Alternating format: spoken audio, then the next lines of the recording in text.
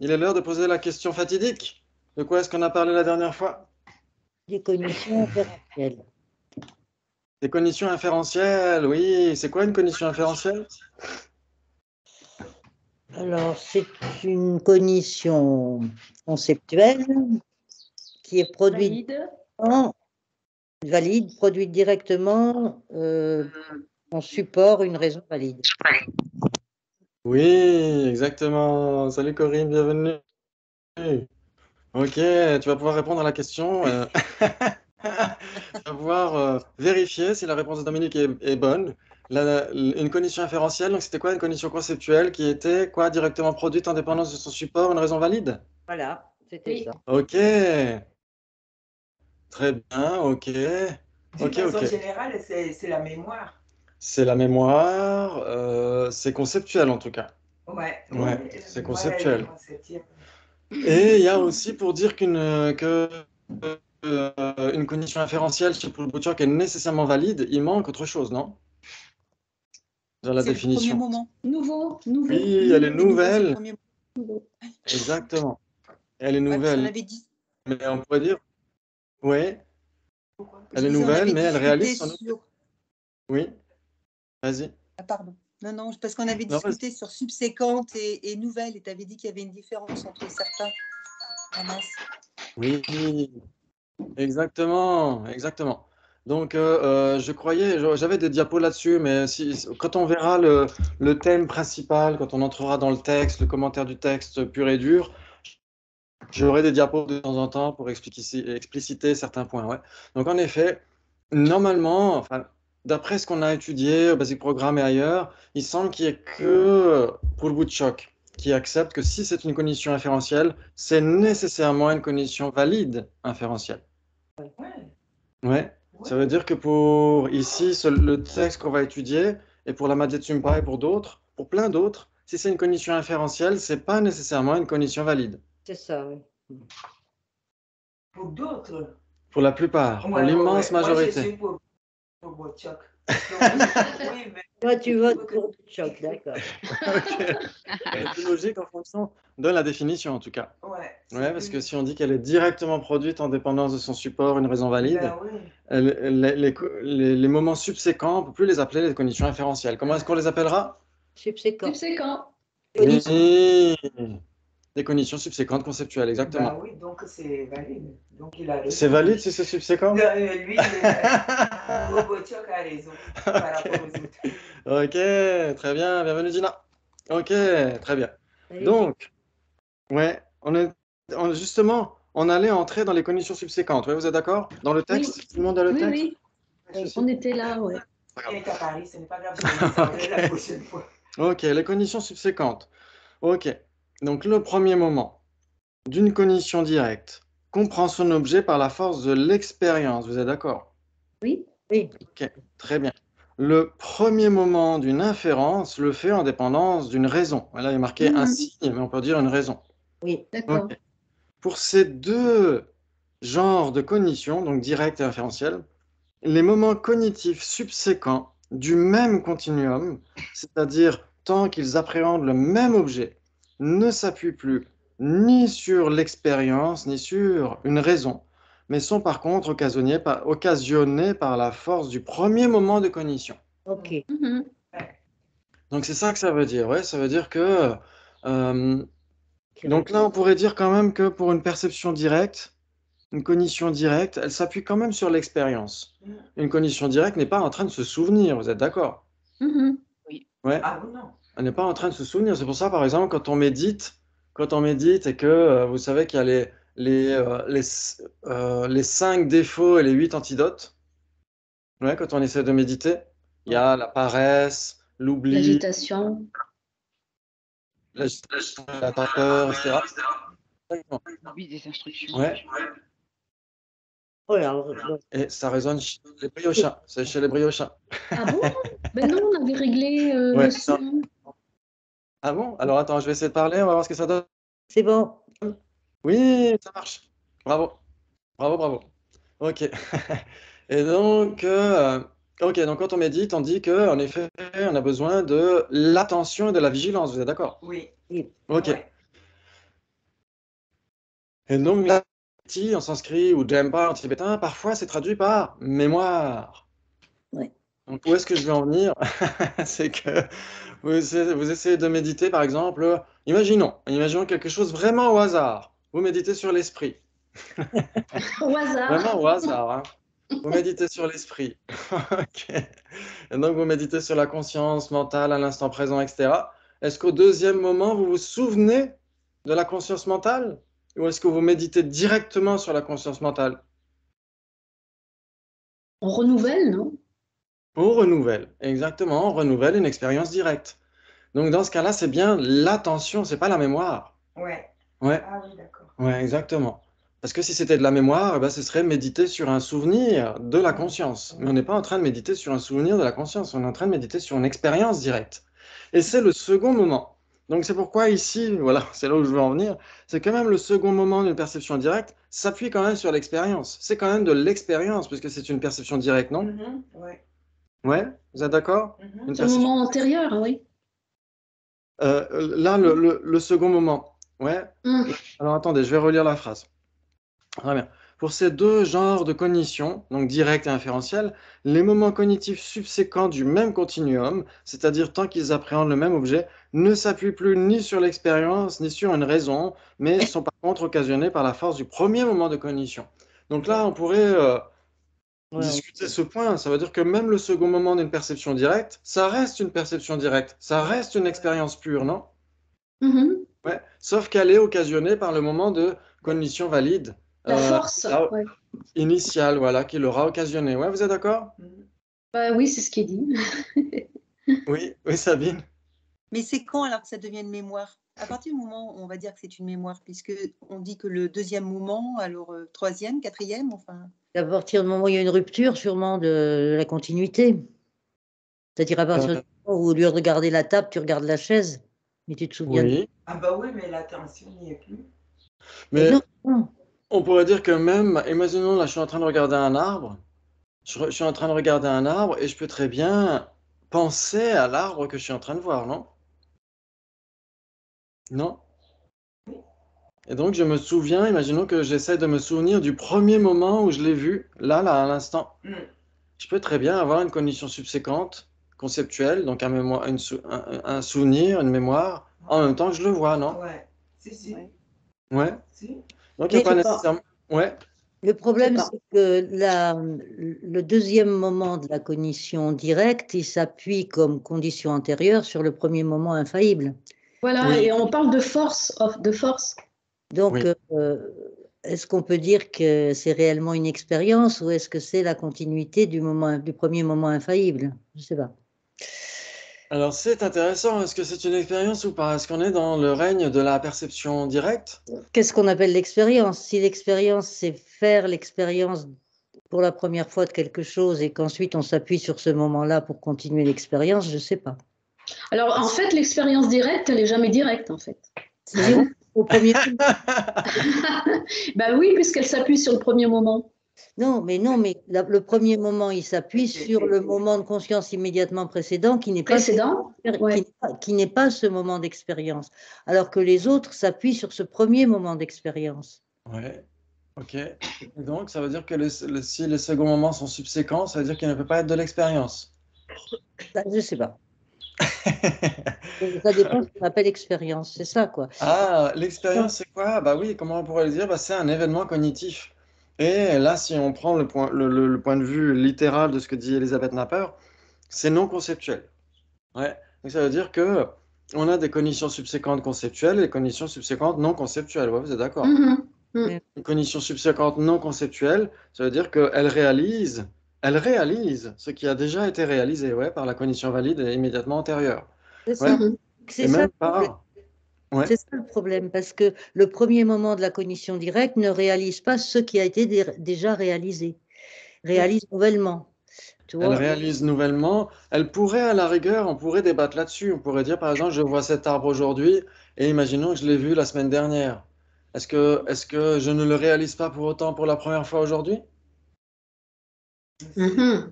Salut Chan, bienvenue. Je crois que c'est le moment Bonjour. antérieur c'est le moment antérieur de conscience qui détermine la chose, moi je pense.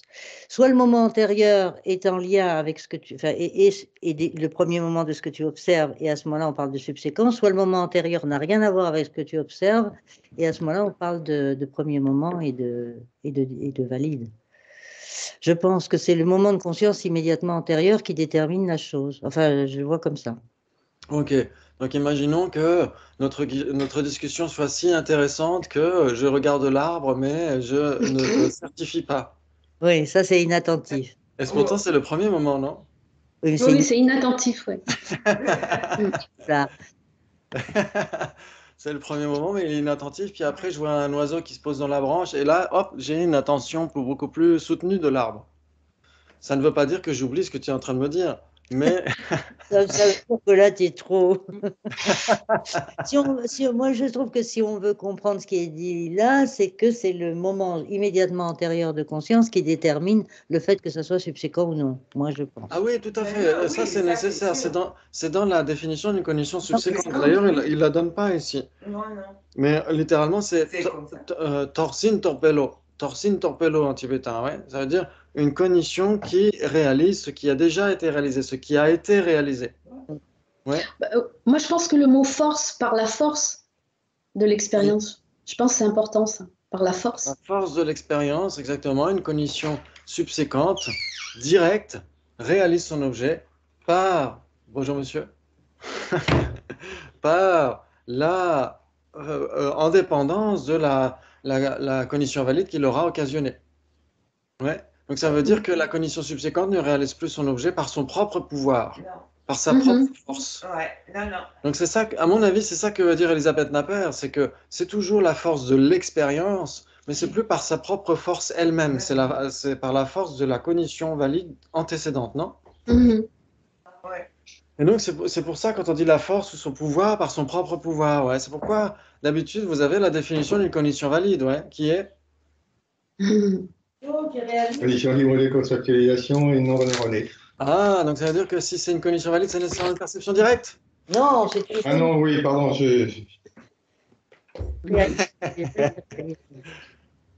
C'est quoi la définition d'une cognition valide?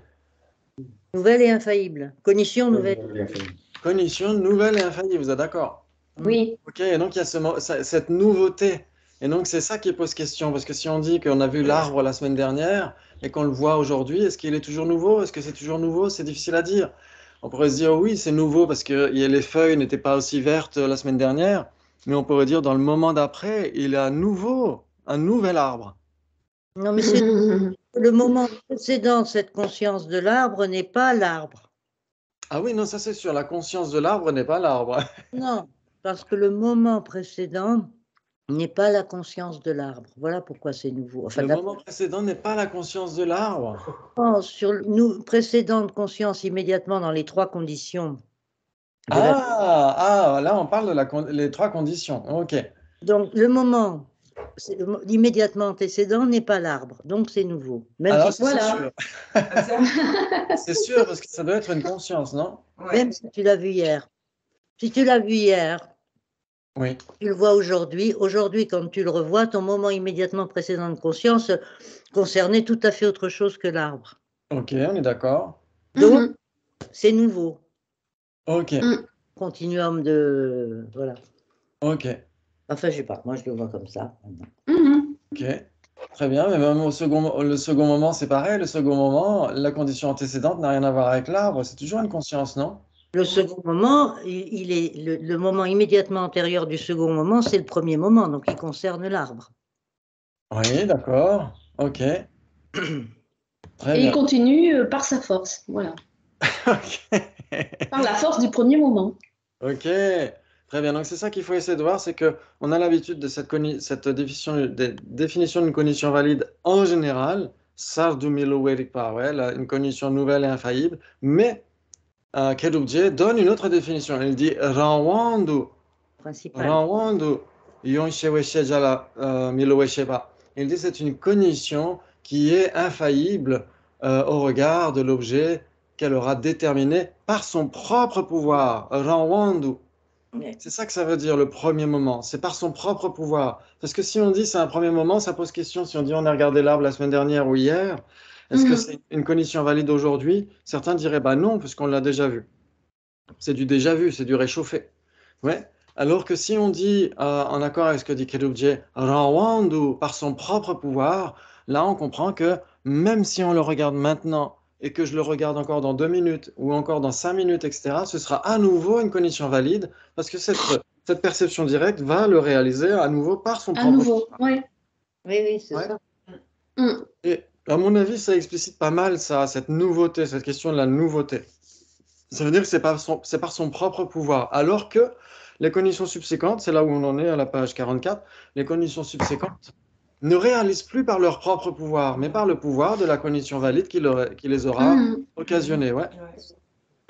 Mais elles réalisent toujours leurs objets. Et une condition subséquente directe réalise toujours son objet par le pouvoir de l'expérience, puisqu'elle est directe, mais plus par son propre pouvoir à elle. Ouais, c'est pour ça qu'on peut raffiner un petit peu cette phrase-là. Oui. Ouais, ça vous parle? Oui. Oh là là, bravo! Magnifique. Très bien. Donc, si vous n'avez pas. Vous avez le texte? Tu as le texte avec toi? Non, c'est dans le chat du Skype. Tu l'as, Skype? Tu es sur le groupe? Tu n'es pas sur le groupe? Ok, d'accord. Alors, Ok, c'est pas grave. C'est pas grave. J'essaierai de lire à haute voix et intelligible. Ces moments ultérieurs sont appelés conditions subséquentes, vous êtes d'accord? Oui. Ok, très bien. S'ils réalisent leurs objets, hein. Oui. Parce qu'un moment ultérieur d'une condition fausse n'est pas une condition subséquente, vous êtes d'accord? Oui, ben oui. Oui, vous acceptez. Oui, oui, N'est pas une condition subséquente parce que parce qu'elle ne Elle est réalise. fausse. Il n'y a rien qui a été elle ne réalisé. réalise pas son objet. Voilà. Oui, très bien. La force de la réalisation initiale n'est pas perdue. Et les conditions subséquentes sont donc des conditions infaillibles qui réalisent leur objet. Pourtant, la part de réalisation n'est pas due à leur propre pouvoir, ouais, c'est ce qu'on disait. Non. Car elles n'enlèvent pas elles-mêmes les surimpositions. Ouais. Oui. Aropa, ou parfois c'est Samaropa en sanskrit, mais c'est pas très grave. Jondok en tibétain, ouais. Donc les surimpositions. Et donc, elles n'enlèvent pas par elles-mêmes les surimpositions. Opération par laquelle peut justement se produire une réalisation. Ouais, ça veut dire que ouais, là, Elisabeth Napper est en train d'expliquer ce que veut dire une réalisation. Ça veut dire éliminer les surimpositions. Ouais, D'accord. Jondok Chopa en tibétain. Ça veut dire trancher ou éliminer les surimpositions. Ouais, une surimposition, c'est un état d'esprit qui va à l'encontre de la nature de l'objet, d'un aspect ou d'un autre de la nature d'un objet. Si par exemple je pense que le son est permanent, j'ai une surimposition par rapport à la permanence du son. Ouais. Oui, oui. Oui, c'est important ça. Oui. Ça c'est très important. Mm. Très bien. En fait, elles réalisent ce qui a déjà été réalisé. C'est leur définition même donnée par Purwochok. Ouais, ce qui a été réalisé par les précédents moments de conscience qui ont déjà ôté les surimpositions et qui Oui. les occasionnent. Ouais, qui occasionnent ces moments de cognition subséquente. Ouais, ça vous parle?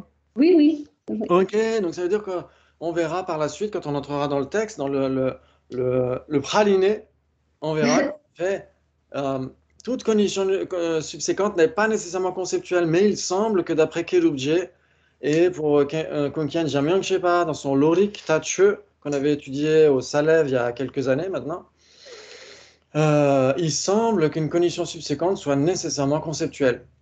Parce qu'ils vont dire, c'est un petit peu comme l'histoire de Titi et Gros Minet. Titi qui voit un chat qui dit, oh, oh, je crois que j'ai vu un chat. Un gros minet. J'ai vu un gros minet.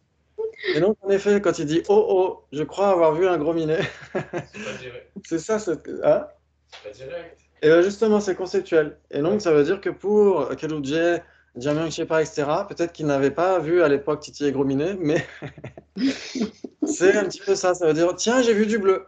Tiens, j'ai vu une table. Donc, il semble que la façon dont ils expliquent cela, une condition subséquente, soit nécessairement conceptuelle, mais à vérifier. Ok. Alors que chez nous, chez Purwochok et dans le texte qu'on étudie là, une condition subséquente peut être directe. Ouais. Et ce qui est intéressant, c'est que si on étudie ensuite les prasangika, on verra qu'une condition subséquente est nécessairement Valide. Si on étudie les prasangika, on verra est-ce qu'une condition subséquente est nécessairement quoi? Valide. Est nécessairement conceptuelle? Non. Est nécessairement valide? Et Elle est valide. est nécessairement directe, D'accord. même si elle est conceptuelle. Oui, c'est Quelle ça. horreur! Comment c'est possible? Une condition conceptuelle qui est directe? Le direct mental.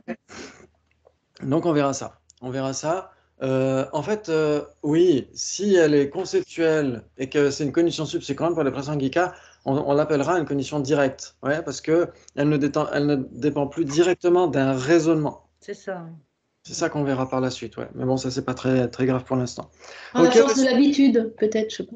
Oui, par la force de l'habitude, exactement. Ouais. Par exemple, quelqu'un qui médite sur la vacuité, qui est sur la voie de préparation, etc., il a une réalisation conceptuelle ou non conceptuelle de la vacuité? Préparation. Conceptuel. Conceptuelle, exactement. Mais pour les prasangika, ce sera une réalisation directe. D'accord. Ah, ok. Très bien. Donc maintenant, les suppositions correctes. Oh là là, les suppositions correctes. C'est quoi une supposition correcte? Alors ça, c'est compliqué. C'est une condition qui est factuellement concordante, mais par hasard. Par hasard. Ok, Alors, ok, par ouais. hasard. Elle n'a pas réalisé son objet, c'est ça? Elle est factuellement concordante, mais sans avoir... sans Réaliser son objet, c'est ça? Elle ne réalise pas son objet, exactement. Exactement. Il y a peut-être des chats devant la porte principale. Sûrement. de la montre. Sûrement des chats devant la porte principale. Et il faut qu'il y en ait. Et oui, pour que ce soit correct. Pour que ce soit correct. Ah bah oui. Il Et faut je qu'il y en ait. suppose, par la force de l'habitude, Qu'il y en a. Exactement. Exactement. Donc il faut qu'il y ait des chats devant la porte du temple. Donc l'exemple de Thomas, c'est j'imagine qu'il y a des chats devant la porte du temple. Ouais. Donc ici, en effet, il y a souvent des chats devant la porte du temple. Ils attendent soit des caresses, soit des croquettes. Et donc, c'est la salle d'attente des chats, en fait, juste en face. Et donc, ils attendent que quelqu'un s'assoie sur un banc pour venir s'asseoir sur les genoux, etc. Ou ils attendent que ce soit le moment du repas pour aller sur les tables et tout et tout. Ok. Ah ouais. Donc, ils attendent de toute façon quelque chose. Et donc, ok. Donc, si on dit il y a certainement des chats devant la porte du temple, il faut qu'il y ait des chats devant la porte du temple si on veut que ce soit une supposition correcte. Vous êtes d'accord? Oui, Mhm. S'il n'y en a pas, c'est quoi? C'est une condition fausse. C'est faux. absolument. Exactement. Très bien. Donc, une supposition correcte. Très bien, on va encore voir ça, ce que dit Elisabeth. La supposition correcte est un mode de pensée. Pensée, donc c'est conceptuel nécessairement, vous êtes d'accord? Ouais, c'est Oui. Un mode de pensée correct et une conscience conceptuelle. Bah oui, si c'est un mode de pensée, ok, c'est conceptuel, ouais. Ok. Elle n'est donc pas une condition directe. Non. Vous acceptez? Ouais. Ok, ce n'est pas une condition directe parce que? elle ne Mais réalise pas parce son objet qu'elle directement. c'est une. Parce qu'elle ne réalise pas son objet directement. Ouais. Parce que c'est une Elle est supposition. conceptuelle. Ok, oui. Parce On qu'elle est suppose. conceptuelle. Bah, Si on parce dit qu'elle elle est conceptuelle. est c'est ça. conceptualisation, oui. Elle est conceptuelle, elle n'est pas nécessairement pas directe. Bah, si elle est conceptuelle, elle peut être directe. Ah bon? Ah non, elle est libre de conceptualisation, la directe. Là, on est chez les Sotrantika. Ah mince. Là, on a quitté les Prasangika. Ah ok, d'accord. Les Prasangika sont en vacances maintenant. Donc, pour les non-Prasangika, si c'est conceptuel, est-ce que ça peut être direct? Non. Non, Vous êtes sûr? oui, Bah, c'est ce qu'ils disent. c'est dans la définition. C'est dans la... Ok. Ce qui distingue les trois types précédents, perception directe, cognition inférentielle et cognition subséquente, est qu'elle ne réalise pas son objet et n'est donc pas infaillible. Mhm. Une supposition correcte n'est pas infaillible. Ouais.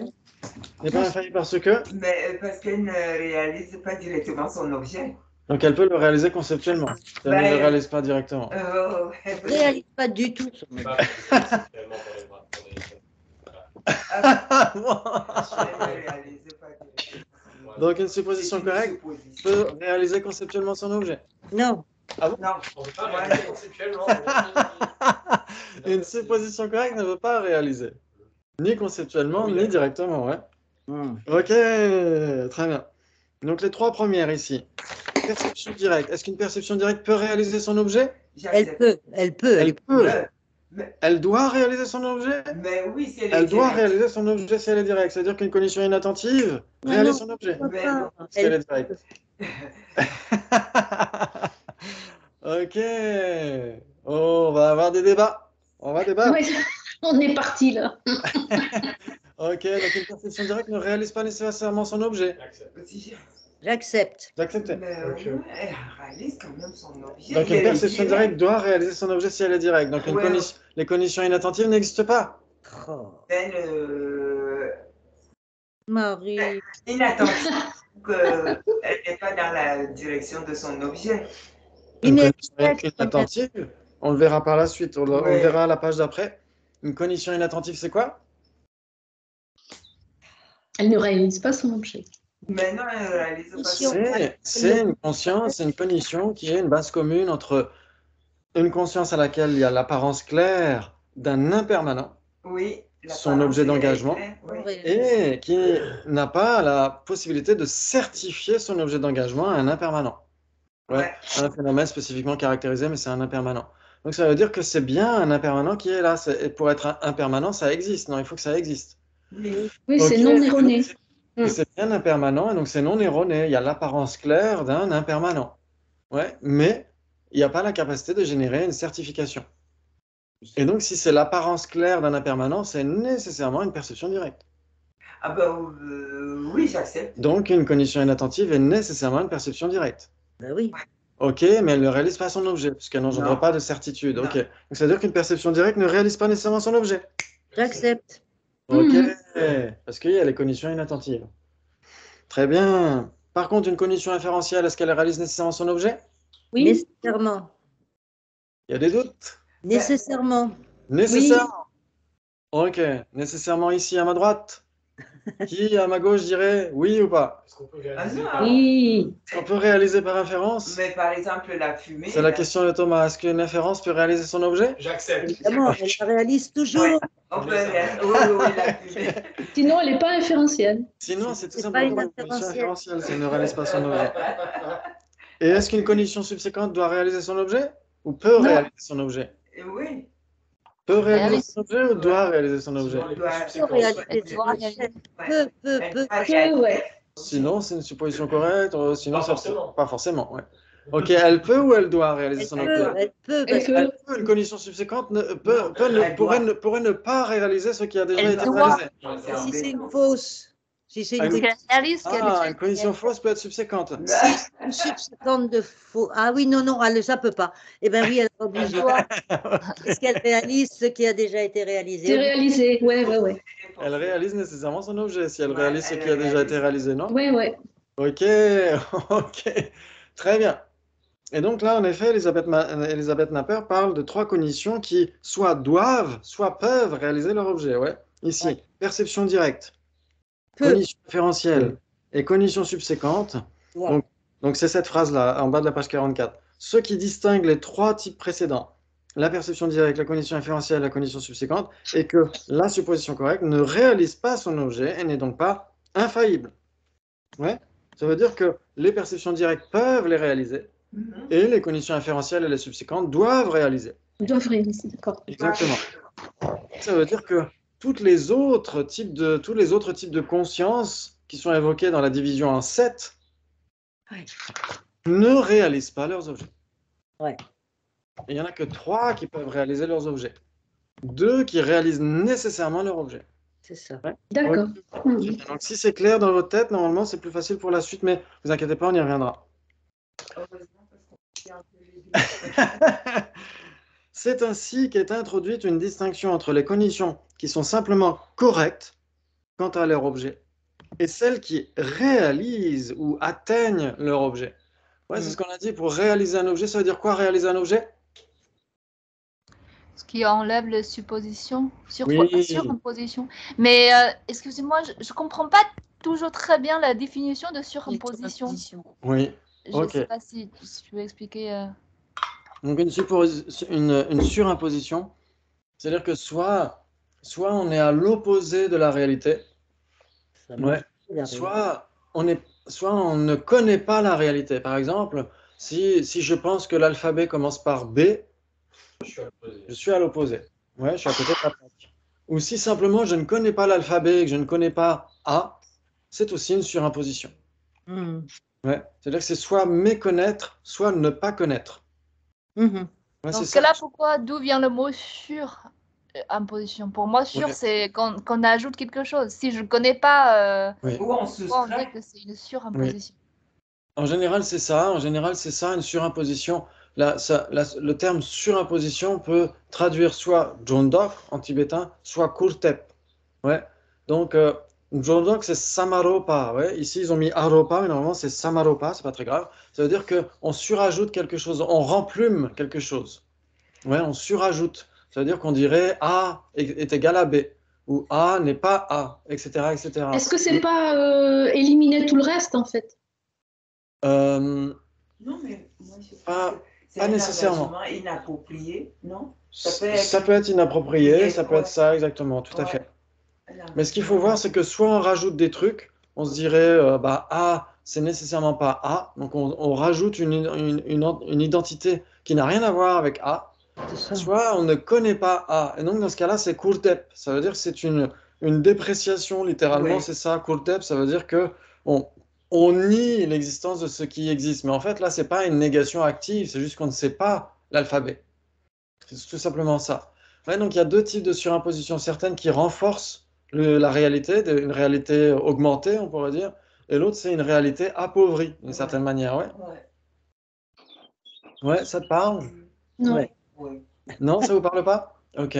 Donc ça veut dire que soit on dit A, c'est nécessairement X, si on n'a pas vraiment compris l'alphabet, on se dit, bah, si on regarde la lettre A et qu'on dit, bah, ça c'est X, nécessairement c'est une surimposition, ouais, on est à côté de la plaque. Et si tout simplement, au lieu de dire c'est X, on ne sait pas que c'est A, on ne dit pas, bah, je ne sais tout simplement pas ce que c'est. Dans ce cas-là, c'est aussi une surimposition, mais une surimposition dans le sens où on ne connaît tout simplement pas la réalité. Ouais, Mhm. c'est ça que ça veut dire. Ok. Il y a aussi une autre façon de le comprendre, c'est ce que dit Geshe Dreyfus. Il faudrait que je mette la citation sous la vidéo. C'est que soit on dit Dondok Chiopa, donc trancher les surimpositions, soit on dit Chedun Topa. Ça veut dire atteindre l'objet identifié. Hmm. Atteindre l'objet identifié. C'est ce que dit ici littéralement Elisabeth Napper, ouais, celles qui réalisent ou atteignent leur objet. Ouais, Chedon Topa en tibétain, ça veut dire obtenir l'objet identifié. Ça veut dire que si on veut boire son café et qu'on saisit sa tasse, en effet, on atteint bien l'objet identifié. Mais si on veut boire son café et qu'on saisit son téléphone, on n'atteint pas son objet identifié. Hmm. Ouais. Donc en fait, tout simplement, une surimposition, c'est soit une inconnaissance, soit une méconnaissance. Ouais. Soit une inconnaissance, une méconnaissance. Hein, pardon? Je ne comprends pas ces mots inconnaissance et Donc, méconnaissance. l'inconnaissance ou la non-connaissance, c'est un miroir qui est dans le noir ou un miroir qui est recouvert de poussière. Il ne reflète rien. Ouais. Mais une méconnaissance, c'est un miroir déformant. Méconnaissance, ça veut dire je comprends mal. Mal connaître. Ça veut dire Mal mal connaître. connaître, mais mal. Connaître de travers. Voilà. Ok, donc Ouais. méconnaissance, ça correspond à ce que tu disais tout à l'heure, soit on est l'opposition de la réalité. Oui, Et exactement. inconnaissance, c'est on ne connaît simplement pas. Voilà, exactement, tout simplement. C'est tout à fait ça. Enfin, dans les deux cas, on ne connaît pas. Dans les deux cas, on ne réalise pas. Oui. On ne réalise pas. Exactement, tout à fait. C'est ça que ça veut dire, ouais. Mais dans un cas, on croit qu'on réalise. Dans un cas, on pourrait croire Ah oui. qu'on réalise. Dans les deux Et cas, même- chacun ouais. il réalise l'autre. Ouais. On pourrait, à la rigueur, ouais. On pourrait se dire qu'on réalise alors qu'on réalise pas, et on pourrait tout simplement, et ça, on pourrait savoir qu'on ne réalise pas aussi. Donc ça, c'est un autre truc on pourrait dire que c'est une méta-connaissance dans ce cas-là. Ok. Très bien. Waouh, c'est super tout ça. Ok. Donc la différence réside dans leur mode de production. Les perceptions directes sont produites par la force de l'expérience. Ouais, c'est ce qu'on disait tout à l'heure. Une perception directe, c'est nécessairement produit par la force de l'expérience. Ouais, par la force de l'objet. Les cognitions inférentielles sont produites à la fin d'un long processus de raisonnement convaincant. Enfin, long, plus ou moins long, hein. Ça dépend. Les cognitions subséquentes sont les continuations de perception directe ou de cognition inférentielle. Ouais, ça vous parle? Oui, Donc, c'est ce qu'on a dit jusqu'à maintenant. Mais les suppositions correctes parviennent à leur conclusion sans raison, ou bien à travers des raisonnements faux, ou encore à travers des raisonnements justes, mais qui n'ont pas été menés Alors, conclusion. Oh là là. C'est long. Ça, c'est du croustillant. Ok. Donc, vous savez qu'il y a plusieurs types de raisons fausses. Oui, ok. Des faits de nature. Considérer les permanents comme Des raisons fausses dans la logique. Quand on étudie la logique, ouais. L'autre jour, on a parlé des inférences et on a dit qu'une raison valide, c'était quoi? C'est quoi la définition d'une raison valide? C'est une raison qui est les trois modes. C'est ce qui est les trois modes. Oui. Ok. On avait donné un exemple. Vous vous souvenez? On avait donné un exemple. On avait dit le sujet, le son est impermanent car il est produit. Vous vous souvenez? Oui. Mhm. Oui, très bien. Et Propriété donc, du sujet, implication, contre-implication. et donc, produit est bien une raison valide. Pourquoi? Parce que produit est la propriété du sujet. Produit est une caractéristique du son. Ouais, donc il y a bien la propriété du sujet. Ouais. Ok. Et ensuite, produit implique le fait d'être impermanent, Absolument. Mhm. qui a l'implication. Ouais. Et si le son n'était pas impermanent, il ne pourrait pas être produit. Donc il y a la contre-implication. Ouais, vous êtes d'accord? Oui. Alors, Oui. c'est quoi les trois caractéristiques? Et donc c'est ça, c'est propriété du sujet, implication, contre-implication. Contre-implication. Ouais. Ah, ça c'est très, très, je dirais même très important. D'accord. Parce qu'on va comprendre, si on comprend les trois modes, on comprend pourquoi il y a trois types de raisons fausses. Et ça, c'est une implication. Ce que tu viens de dire. C'est une raison valide. On pourrait dire que bah, ce que je viens de dire, c'est un raisonnement logique, mais presque, Et si on presque, connaît ça, ça implique ça. si on connaît ça, ça implique ça. Oui, on pourrait dire qu'il y a une implication. Ok, très bien. Si maintenant, si je vous dis, il s'ensuit que le sujet, le son, est impermanent, car c'est une corne de lapin, Ok. qu'est-ce que vous allez dire? La raison n'est pas Pas établie. d'implication. Enfin, oui, la raison n'est pas. La raison n'est pas établie, vous êtes d'accord? Ouais. Mhm. Ok, et donc ça, c'est un premier type de raison fausse, les raisons non établies. Ah oui, d'accord. Ouais. Oui. C'est tout simple, non? Ouais. C'est un premier type de raison fausse, où il y en a qui disent des pseudo-raisons ou des quasi-raisons, mais c'est une raison fausse, tout simplement. C'est une raison fausse parce qu'il n'y a pas la propriété du sujet. Le sujet, le son, n'est pas une corne de lapin. Vous êtes d'accord? Ouais. Mhm. Ouais, le sujet, le son n'est pas une corne de lapin parce que... Parce que c'est La pâte existe. un inexistant. Parce que le corps de lapin est un inexistant. Parce que corne de lapin est un Et inexistant. le son est un existant. Vous êtes sûr? Oui. Mhm. Ouais. Ok, très bien. Donc, c'est dans le Tariq de Chenel Amashedjoub, à Sera, mais on trouve cette définition d'une raison fausse non établie. C'est ce qui est donné comme raison et la propriété du sujet n'est pas établie. Mhm. Ouais. Ouais, exactement. Donc, ça veut dire c'est ce qui est observé comme ce qui n'est pas la propriété du sujet, littéralement. Très bien, donc ça veut dire si on dit le sujet, le son est impermanent car c'est un objet visuel, c'est pareil, c'est une raison non établie, vous êtes d'accord? Donc c'est une raison Mhm. fausse. Ok, très bien. Très bien. Et donc on pourrait avoir une supposition correcte se disant, bah, le son est impermanent car c'est un objet de conscience visuelle. Ouais, on pourrait avoir une raison fausse comme ça, mais la supposition est toujours correcte, le son est bien impermanent. Mhm. Ouais, vous êtes d'accord? Ok, très bien. Très bien. Et il y a aussi des raisons, d'autres types de raisons fausses où il n'y a pas l'implication. Ouais, ça veut dire que si je dis le son est impermanent car il existe, Oui, Mhm. c'est une bonne raison. il n'y a pas d'implication. Oui, oui. Il n'y a pas d'implication. Ça veut dire que le fait d'exister n'implique pas le fait d'être impermanent. Voilà. Ok, le fait d'exister n'implique pas le fait d'être impermanent parce que? Existant, il y a les impermanents et les permanents. Parce qu'il y a des permanents qui existent. Ouais, ça veut dire que ici, on ne touche pas la cible en disant le son est impermanent car il existe. Bah, ça suffit pas, ça ne prouve rien. Ok, très bien, bravo, bravo. Et donc là, ça veut dire que c'est une raison indéfinie. C'est une raison fausse qu'on appellera une raison indéfinie. Ouais, ça veut dire qu'il n'y a pas l'implication. Ok, très bien. Et il y a aussi, il y a aussi des raisons opposées. C'est-à-dire si je dis le son Permanent, est impermanent car il n'est pas produit. alors là, Mais c'est impermanent. Ouais. Dans ce cas-là, on ne peut pas l'appeler une raison opposée. Ouais, je suis en train de vous donner un mauvais exemple. C'est la raison. On ne peut pas Mais l'appeler on a compris une raison par cet opposée exemple. parce que une raison opposée, il faut qu'il y ait la propriété du sujet. Donc une raison opposée. Là, ici, si je dis le son est impermanent car il n'est pas produit, c'est tout simplement une raison non établie. Il faudrait dire le son est permanent parce qu'il est produit. Oui, exactement. Si on dit le son est permanent car il est produit, dans ce cas-là, il y a bien la propriété du sujet, mais la raison prouve l'opposé du prédicat, Ouais. prouve l'opposé de permanent. Vous êtes d'accord? Oui, oui, absolument. C'est-à-dire que produit prouve impermanent, pas permanent, impermanent. Oui, vous êtes d'accord? Oui. Ok, waouh, bravo. Alors là, bravo, bravo, bravo. Ok. Maintenant, si on reste sur ça. Ok, on reste sur cet exemple. Le sujet, le son est impermanent car il n'est pas produit. Dans ce cas-là, on ne peut pas l'appeler une raison opposée. On doit l'appeler une raison non établie. Non établie. Ouais. Une raison fausse. C'est une raison fausse. Une raison non établie, c'est une raison fausse. Ouais. D'accord. Ok. Très bien.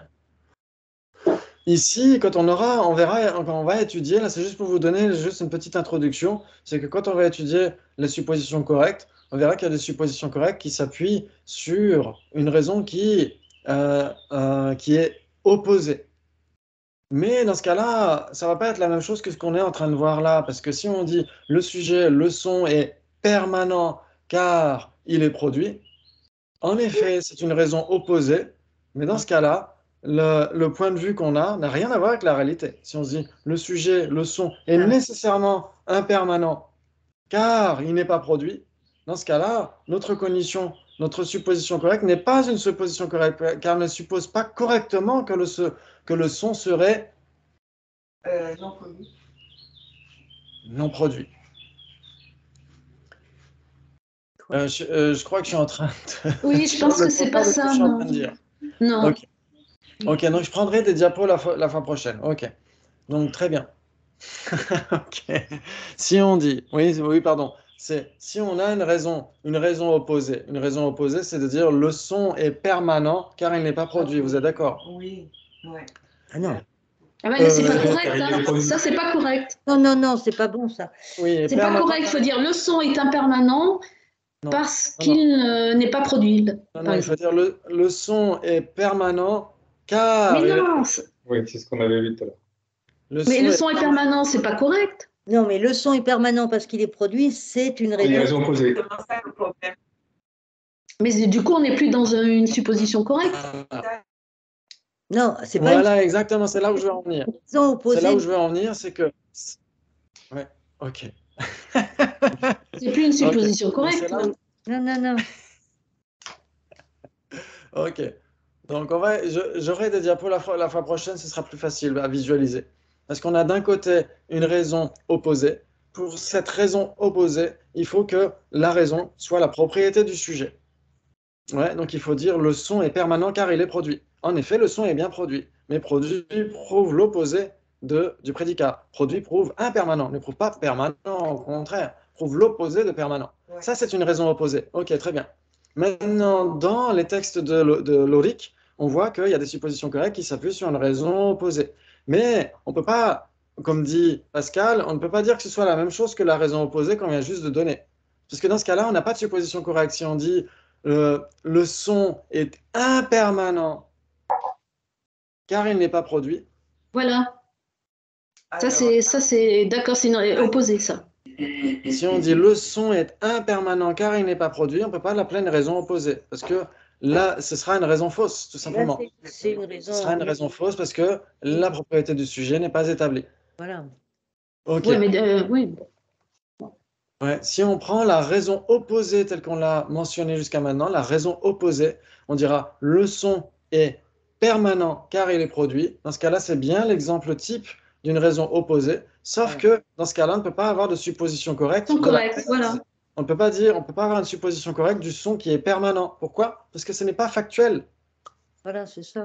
Et de toute façon, la supposition correcte, elle n'est pas un syllogisme, si? Non, c'est jamais un syllogisme. Alors, une supposition correcte pourrait s'appuyer sur un syllogisme, mais soit elle ne va pas certifier jusqu'au bout le syllogisme, soit ça va être un syllogisme faux. Voilà. Ça va pas être un syllogisme, parce que si c'est un syllogisme, tu as trois sortes de choses, et dans la non établie, l'indéfinie et l'opposé, la supposition correcte ne s'inclut pas. Tu peux pas avoir une supposition correcte qui soit un de ces 3 modes. Donc, Ouais. une supposition correcte n'est forcément pas un syllogisme. Alors, tu pourrais, sauf pour la raison opposée. Ouais, ça veut dire que pour la raison non établie, tu pourrais avoir une supposition correcte du son qui est impermanent pour la raison que c'est une corne de lapin. Tu as quand même une supposition correcte du son qui est impermanent. Non? Oui, oui, Et ça, oui. c'est factuel. Sauf qu'on s'appuie sur une raison fausse pour prouver ça. D'accord. Pour prouver, entre guillemets. Ensuite, pour la raison indéfinie, ça joue aussi. C'est-à-dire le son est impermanent car il existe. On a une bonne supposition correcte par rapport au fait que le son est impermanent. Ah oui, Parce d'accord. que la raison sur laquelle on s'appuie est Mm. indéfinie. Et on Ouais. n'a pas D'accord. Par contre, pour la raison opposée, ça, c'est pas possible. Parce que la raison opposée, ce serait le son est permanent car il est produit. Et là, on ne peut pas avoir de supposition correcte du fait que le son serait permanent. Ça ne peut pas être Oui. une supposition correcte, c'est une condition fausse. Ouais. Ouais, vous êtes d'accord? Mhm. Ah, merci beaucoup, vous avez réussi à me faire expliquer ça de manière plus claire. Ouf, merci, bravo. C'est cool. Donc on y reviendra, enfin plus clair, peut-être pas pour tout le monde. Ok. Très bien, donc on y reviendra, mais j'aurai des images, ce sera plus facile. Ou moins difficile, on verra ça. Très bien. Donc, mais les suppositions correctes parviennent à leur conclusion sans raison. Soit on n'a tout simplement pas de raison, on se dit le son doit nécessairement être impermanent, on ne sait pas pourquoi. Ok, donc ça c'est sans raison. Ou bien à travers des raisonnements faux. Ouais. Ou encore à travers des raisonnements justes, mais qui n'ont pas été menés à leur conclusion, tout simplement. Ou indéfini. Ou indéfini. Ça peut être indéfini, exactement. Ouais. Mais dans ce cas-là, on peut pas appeler, on peut pas prendre comme exemple une raison opposée, parce que dans ce cas-là, là, ça fonctionne pas, du point de vue de la logique. Ouais. Ok, D'accord. mais vous inquiétez pas, on y reviendra. C'est juste les antipasti. La plupart des informations dispensées par un enseignant, la lecture, etc., tombent dans la catégorie des suppositions correctes. Oui, c'est ça, oui. Donc, quand on étudie le dharma, qui a vraiment des inférences? C'est difficile de le dire. Ouais. On se dit, bah, certainement que c'est vrai parce que mon lama l'a dit, parce que mes enseignants m'ont dit ça, m'ont dit ci, m'ont dit ça, etc. Mais jusqu'à quel point on certifie vraiment les choses, ça c'est difficile à dire. Ouais. Ça mérite d'être creusé, en tout cas ce point-là, très, très spécifique. Très bien. Ok. Donc en effet, elles sont le plus souvent acceptées telles quelles, y compris toutes celles auxquelles nous réfléchissons et que nous analysons, parce qu'elles n'ont pas été réalisées par la pleine puissance de l'inférence. On peut analyser les choses, dire oui, mais après sous l'extension humaine, etc., jusqu'à quel point on l'a certifié, ça mérite d'être creusé. La faiblesse du fondement sur laquelle elles sont produites rend les suppositions correctes faillibles, puisqu'elles ne sont pas des formes de connaissances indubitables ou de cognition valide, tout simplement. Ouais. Les convictions qu'elles génèrent sont facilement bousculées, par exemple lorsqu'elles sont confrontées avec force par des vues opposées. Ouais, par exemple, vous êtes dans la nature, vous avez une montre, et cette montre est cassée à 4 heures. Elle s'est arrêtée à 4 heures. Et vos collègues vous demandent quelle heure est-il, et comme par hasard, ils vous demandent l'heure à 4 heures. Donc, ce que vous faites, vous regardez votre montre, et vous dites, bah, il est 4 heures, vous êtes d'accord? Ouais. Et il est en effet 4 heures, comme par hasard. Vous êtes d'accord? Oui. Ok. Donc, c'est une cognition valide ou une supposition correcte? Une Supposition correcte. Une supposition correcte, vous êtes sûr? Oui. Ok. Très bien. Ok. Pourquoi? Parce que juste après, on va être confronté par des vues opposées. Si dans 5 minutes, vos collègues vous redemandent, parce qu'ils s'ennuient, ils vous redemandent quelle heure il est, et là, vous regardez à nouveau, ah bah, il est encore 4 heures. Et là, vous allez vous dire, ah, peut-être qu'il n'était pas 4 heures. Donc, ça veut dire que ces convictions générées sur le fait qu'il était 4 heures il y a 5 minutes sont facilement bousculées, par exemple, lorsqu'elles sont confrontées avec force par des vues opposées qui diraient, ah ben tiens, peut-être qu'il n'était pas 4 heures. Ouais. En fait, il était vraiment 4 heures, mais vous doutez tellement que vous ne pouvez pas réaliser s'il était 4 heures ou pas. Oui. Ouais, vous êtes d'accord? Oui. Ouais. Ah, bravo! Alors là, c'est super. C'est super, magnifique. Ok, donc on a encore du temps. Maintenant, les consciences inattentives. Ok, waouh, on avance vite. La cognition inattentive, ou cognition à laquelle un objet apparaît mais n'est pas authentifié, est un genre de perception directe, Ouais. mais distinguée de celle-ci dans la division septuple des consciences et des cognitions. afin d'indiquer que toutes les perceptions directes ne sont pas nécessairement des consciences qui réalisent leur objet. Tout comme les autres perceptions directes, c'est une conscience non conceptuelle, non erronée, quant à son objet de compréhension. Ok, très bien. Donc, est-ce que vous avez des exemples de cognition inattentive? Oui. J'ai cru voir un oiseau passer. Ok, Thomas a cru voir un oiseau Mais passer. je suis pas sûr parce que c'était un peu brouillé. Mais il n'est pas sûr, peut-être que c'était un avion ou Superman ou, Ou j'ai mal vu. ou peut-être que tu as mal vu. Ok, très bien. Et donc ça, c'est une cognition inattentive. J'ai vu un truc passer, mais j'arrive pas à savoir ce que c'est parce que j'étais pas attentif. Exactement. Très bien. On pourrait avoir vu un oiseau passer, mais on n'est pas sûr si c'est un corbeau, si c'est une chouette, si c'est un moineau, etc. Ouais. Ok. Donc on n'a pas de certification totale sur l'objet qui est apparu devant nos sens. Vous êtes d'accord? Ok, très bien. Très bien, très bien. C'est pourtant une cognition qui est incapable de produire de manière subséquente une certitude. Nishchaya en sanskrit, ouais. N'y est pas. C'est sûr qu'il ne peut pas produire de la séquence. Hein. Ah ouais. Exactement. Ah oui. On pourrait débattre là-dessus, mais non, ça n'engendre pas de certitude. Ouais. Nishchaya, ouais, ou n'y est pas en tibétain. C'est pas un I, c'est un G, enfin, n'y est pas, mais c'est pas très grave. Ok.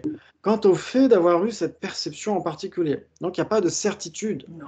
On se demande, tiens, qu'est-ce que ça pouvait être, etc. Ok. En général, par un défaut d'attention, quand l'esprit est orienté vers autre chose, ou encore parce que la durée de la cognition a été trop brève pour pouvoir être rendue consciente. Ouais, ça veut dire qu'il faut au minimum combien? Un dixième de seconde ou un vingtième de seconde, je ne sais plus, pour que le cerveau enregistre. Ouais. Donc, par exemple, le meilleur des exemples de cognition inattentive, c'est l'impermanence subtile, non? Oui, bien sûr. L'impermanence subtile existe. L'impermanence subtile est impermanente. Vous êtes d'accord? Oui. Parce qu'il y a des gens qui disent dans les cercles bouddhistes, il y en a qui ont essayé de dire que tout est impermanent sauf l'impermanence. Et ça n'est pas du tout bouddhiste. Ça, c'est du New Age. Ouais. Donc, tout est impermanent. Non, jamais le Bouddha n'a dit ça. Le Bouddha a dit tous les composés, sarva samskara, sont impermanents. Tous les composés. Tout n'est pas impermanent. Et l'impermanence elle-même n'est pas permanente. Elle est impermanente puisqu'elle change d'instant en instant nécessairement. Ah bon, le sujet impermanent est impermanent. Exactement. Oui. Bah, oui. Ah non, le sujet impermanent est permanent. Ah bon, le sujet impermanent. C'est une généralité, donc c'est permanent. Ah, donc une généralité est nécessairement permanente. Non, c'est la définition. Ah bah si. Hein. La généralité momentanée est permanente alors. Et momentanée, la généralité momentanée est permanente. La généralité impermanente, c'est permanent. Ce sont les propriétés du sujet. La propriété du sujet impermanent, c'est d'être. C'est ça. Donc, impermanent, c'est permanent ou impermanent? Ah bah, ça dépend comment, si c'est une généralité ou pas. Ça veut dire que si c'est une généralité, c'est nécessairement permanent. J'accepte.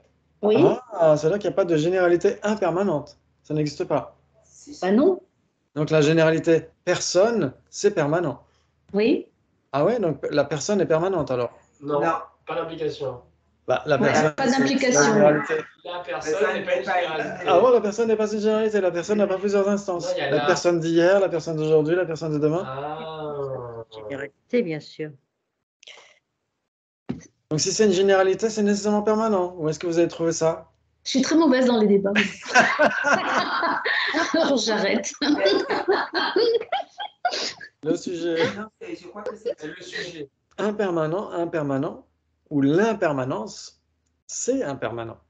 Parce que quelle est la définition de impermanent? C'est phénomène qui change d'instant en instant. C'est instantané. Ah oui. Ouais. Chanika, ouais, on s'inscrit, instantané, qui change d'instant en instant. Et donc ça doit changer d'instant en instant, non? Si ça ne change pas d'instant en instant, comment est-ce que ça pourrait être impermanent? C'est impermanent lui-même. Mais impermanent lui-même est impermanent. Le mot impermanent est permanent. Alors, on ne parle pas du mot, on parle de l'impermanence en général. Ouais. On parlait de l'action. Ah, d'accord, bah, d'accord. Le mot, on pourrait dire que, à la rigueur, même le mot pourrait être impermanent, ça pourrait être de la forme, pourquoi pas. Ok. Le mot est de la forme. Bah Ouais, oui. chez les Sautrantika, c'est comme ça. Chez les Sautrantika, il y a trois types de possesseurs d'objets, non? C'est ce qu'on étudie au tout début Ah de oui, oui. Le son expressif, c'est les mots. Hein. Oui, le son, oui. C'est de la matière. D'accord. Ouais, c'est Eh, waouh, bravo, ok. Donc, il nous reste 5 minutes. Ouh là là, ouh là là, ouh là là. Ok, très bien. Donc, si c'est une généralité, c'est pas nécessairement permanent. Ouais. Par contre, généralité elle-même est permanente. Oui. Voilà. Ça ne veut pas dire que si c'est une généralité, ce soit nécessairement permanent. Ouais. Oui. Ok, très bien. Donc, l'impermanence, pour en venir à la cognition inattentive. Si vous regardez la table qui est devant vous, est-ce que cette table est impermanente? Oui, Ok, elle est impermanente parce que? elle change d'instant en instant. Ou parce qu'elle change d'instant en instant. Elle change d'instant en instant parce qu'elle est produite. Oui. Ok, donc elle doit changer d'instant en instant. Ça veut dire qu'elle ne reste jamais vraiment la même d'un moment à l'autre. Vous êtes d'accord? Oui. Voilà. Mais ça, est-ce que c'est certifié? Non. Non, c'est pas certifié. Ah oui, d'accord. Ces moments, les moments successifs sont trop ressemblants. Oui, d'accord. Ouais, c'est ce que dit Geshe-Dreyfus dans Recognizing Reality. Il dit c'est à cause des moments successifs qui sont autres, mais qui sont similaires. Jawa Shenjun. Jawa Shenjun. C'est ce qui survient qui est autre, mais qui est similaire. C'est-à-dire que c'est tellement rapproché, tellement Subtil, similaire. ouais. Par contre, si bien sûr quelqu'un arrive avec une grosse masse et tape sur la table, là on verra une rupture dans le continuum. Ouais. Là, ce ne sera pas l'impermanence subtile, ce sera l'impermanence grossière. Ouais, parce qu'on s'en rend compte. Mais l'impermanence subtile, on ne s'en rend pas compte. Mais elle est là. Elle apparaît à notre conscience visuelle. Elle apparaît à nos consciences sensorielles. Mais elle n'est pas réalisée. Donc, toutes ces consciences sensorielles, etc., sont des conditions inattentives au regard de l'impermanence subtile. D'accord. Ça veut dire que une conscience sensorielle, pour les non-bouddhas, bien sûr, une conscience sensorielle ne pourra jamais réaliser l'impermanence subtile. Ouais. Parce que pour les Bouddhas, toutes leurs consciences sont unies. Sont omniscientes. Non, elles sont omniscientes. Ouais. Ouais. Ok. Et les réalisent simultanément la vérité conventionnelle et ultime. Oui. Simultanément. Et nous aussi, hein, pour les Sautrantika.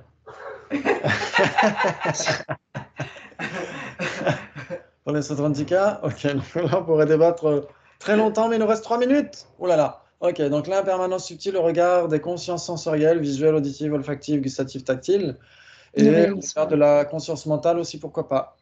Ouais, la perception mentale directe. Tout cela, c'est de la cognition inattentive, c'est-à-dire que ça apparaît, mais ce n'est pas réalisé. Oui. Ouais, c'est le prototype même de la cognition inattentive. Ok, bravo, bravo. Très bien, donc on va essayer de terminer ce passage. Ok. Donc la durée est trop brève. Ouais. Considérons par exemple la situation banale où nous marchons dans la rue tout en conversant avec quelqu'un. Nous percevons bien des gens qui croisent notre chemin. Nous sommes incapables plus tard de dire qui ou comment ils étaient. Une telle conscience n'est pas erronée. On sait qu'elle ne perçoit pas quelque chose qui n'est pas là en réalité. Ouais, c'est pas erroné. Attention, hein. Et n'introduit donc pas un élément d'erreur. C'est pas erroné. Pour cette raison, elle est incluse dans les perceptions directes. Moi, j'ai mis un truc. Ouais, on pourrait dire non conceptuel. Non, bien dans les perceptions directes. Ok. Donc il faut garder direct. Mais ne fournissant pas d'informations indubitables et n'amenant aucune certitude, elle n'est pas considérée comme réalisant son objet ou comme infaillible.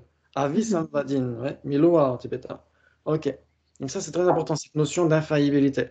Donc, j'essaierai de mettre un passage de la page 303 de Recognizing Reality qui parle de ça. Ok, très bien. Très bien, waouh! J'espère que ça vous a parlé. Les trucs de logique, ne vous inquiétez pas. Ça, c'est pas très grave pour l'instant. On pourra y revenir. On aura largement le temps d'y revenir parce qu'on a le temps, j'espère, si on ne meurt pas dans l'instant. Oui. On peut espérer avoir du temps et continuer le livre jusqu'à l'année prochaine, j'espère. Ok, donc la prochaine fois, on verra les doutes et les conditions fausses et je pense que c'est vendredi prochain, ouais. Ouais, merci beaucoup à tous, c'était vraiment un plaisir. Merci, merci, merci. Voilà, Et merci. à Au la revoir. prochaine. Merci. Merci, au revoir. Ciao, merci dans la Bye salle. bye. Bye bye. Bye bye. Ciao.